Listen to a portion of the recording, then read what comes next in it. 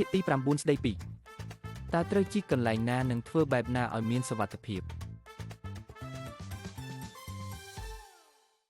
សួស្ដី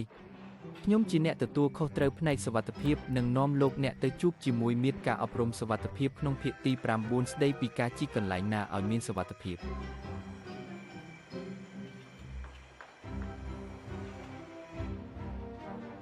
ថ្ងៃនេះការងាររបស់យើងគឺត្រូវជីកដីដើម្បីកប់ធុងចម្រោះទឹកកខ្វក់ជម្រៅប្រហែល4ម៉ែត្រសូមឲ្យជាងកេងខ្លាប្រើគ្រឿងចាក់ជីកតាមគំនូរពណ៌ដែលបានកំណត់ឲ្យរួចរាល់មុនពេលថ្ងៃត្រង់នេះ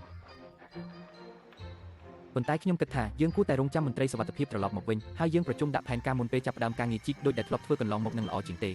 មិនចាំបាច់រង់ចាំទេវាពិបាកត្រង់ណាគ្រាន់តែប្រើគ្រឿងចាក់ជីកដីចេញទៅថ្ងៃក៏ចាប់ផ្ដើមរះក្ដៅហើយមិនបាច់រង់ចាំប្រជុំអ្វីទេចាប់ផ្ដើមជីកបានហើយបាទខ្ញុំចាប់ផ្ដើមជីកឥឡូវនេះល្អណាស់ជីកទៅមុនចុះថ្ងៃក្ដៅខ្លាំងណាស់ខ្ញុំសុំទៅលាងមុខលាងមាត់បន្តិចសិនធ្វើការឲ្យរៀបរយផងកុំខ្ជិលច្រអូសចង់ទៅធ្វើការងារផ្សេង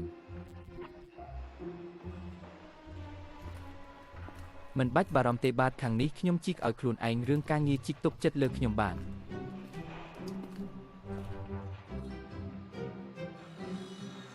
ហើយប្លង់បច្ចេកទេស Blueprint ក៏គ្មានឲ្យមើលដែរមិនដឹងថាជីកដីចុះទៅនឹងជួបអ្វីខ្លះទេមន្ត្រីសុវត្ថិភាពក៏នៅមិនទាន់មកដល់ដែរថ្ងៃនេះមានអារម្មណ៍ថាមានប្រផ្នូលប្លែកសង្ស័យខ្ញុំប្រហែលជាកំពុងមានសំណាងជាក់ជាមិនខានអញ្ចឹងចាំខ្ញុំប្រញាប់ជីកឲ្យរួចរាល់តាមដែលអ្នកគ្រប់គ្រងបានប្រាប់និងបានប្រញាប់ទៅទិញឆ្នោតបន្តិចបន្តួច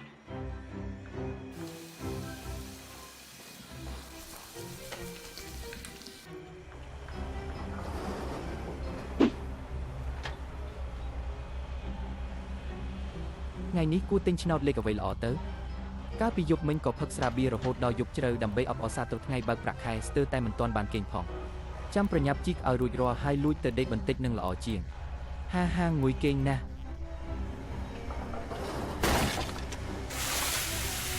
អូយយ៉ាប់ហើយជីកប៉ះបំពង់ទឹកនៅក្រោមដីបាញ់ឡើងដូចទឹកបាញ់តែម្ដង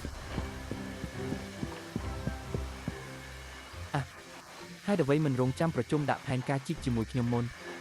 យើងនៅមិនទាន់បានពិនិត្យប្លង់បំពង់នៅក្រោមដីគ្នាឡើយនេះសំណាងហើយ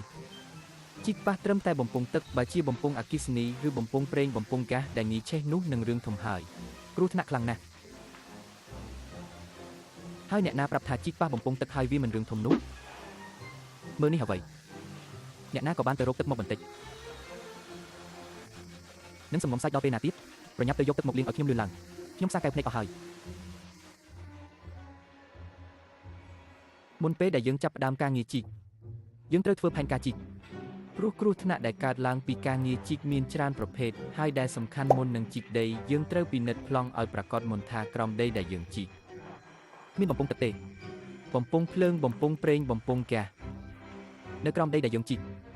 ដើម្បីការពារមិនឲ្យកើតគ្រោះថ្នាក់ឡើងចំពោះអ្នកបើកគ្រឿងចាក់ជីកដីឬការខូចខាតនៅពេលជីកប៉ះបំពង់ផ្សេងហើយអ្នកដែលបើកបរគ្រឿងចាក់ជីកដីរាងកាយត្រូវតែត្រៀមខ្លួនរួចរាល់គេងលក់សម្រាប់ឲ្យគ្រប់គ្រាន់និងមិនផឹកគ្រឿងស្រវឹងមុនចូលធ្វើការផងដែរ